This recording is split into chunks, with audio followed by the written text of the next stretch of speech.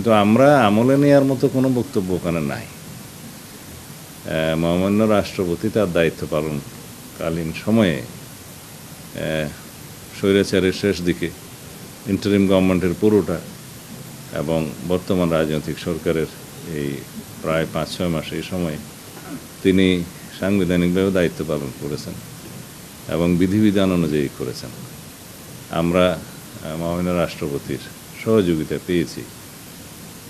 এখন সেই সময়টায় সংবিধান অনুসারে তিনি প্রিভিলেজড এবং ইমিউনিটি আছে তার, ফৌজদারি অপরাধ ইত্যাদির বিষয়ে কোনো আদালতে মামলা করা যায় না। এর বহির্ভূত কোনো সময়ে যদি কোনো বক্তব্য কেউ দিয়ে থাকে সেটা তাদের স্বাধীনতা আছে, দিতে পারবে। তবে আমরা আমলে নেওয়ার মতো কোনো বিষয় এখানে দেখিনি।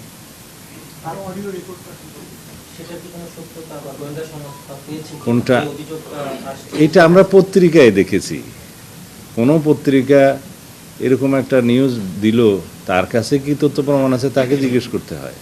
আমাদের কাছে সেরকম কোনো তথ্য নেই। আর কথা বলার জন্য লন্ডন যেতে হয় নাকি?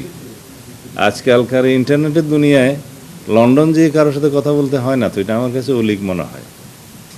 সেটার বিধান আছে সংবিধানে, তিনি পদত্যাগ করতে চাইলে করতে পারেন এবং সেটি স্পিকারের, মাননীয় স্পিকারের কাছে করার বিধান সাংবিধানিকভাবে সেখানে করেছেন, তিনি অ্যাকসেপ্ট করেছেন এবং এখন রাষ্ট্রপতির দায়িত্বভার অস্থায়ীভাবে মাননীয় স্পিকার গ্রহণ করেছেন।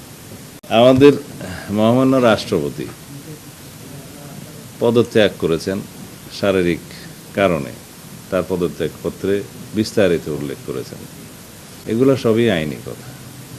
এখন যারা তার বিরুদ্ধে বক্তব্য দিচ্ছে তাদের সেটা অধিকার আছে। আমরা গণ অভ্যুত্থানের পরবর্তী সময়ে কি প্রত্যাশা করি? রাজনৈতিকভাবে মানুষের কথা বলার স্বাধীনতা থাকবে, প্রতিবাদ করার স্বাধীনতা থাকবে, সেটা আছে। বিভিন্ন রাজনৈতিক দল, বিরোধী দলের পক্ষ থেকে এনসিপি এবং অন্যান্যরা তার বিরুদ্ধে সে অভিযোগ উত্থাপন করছে।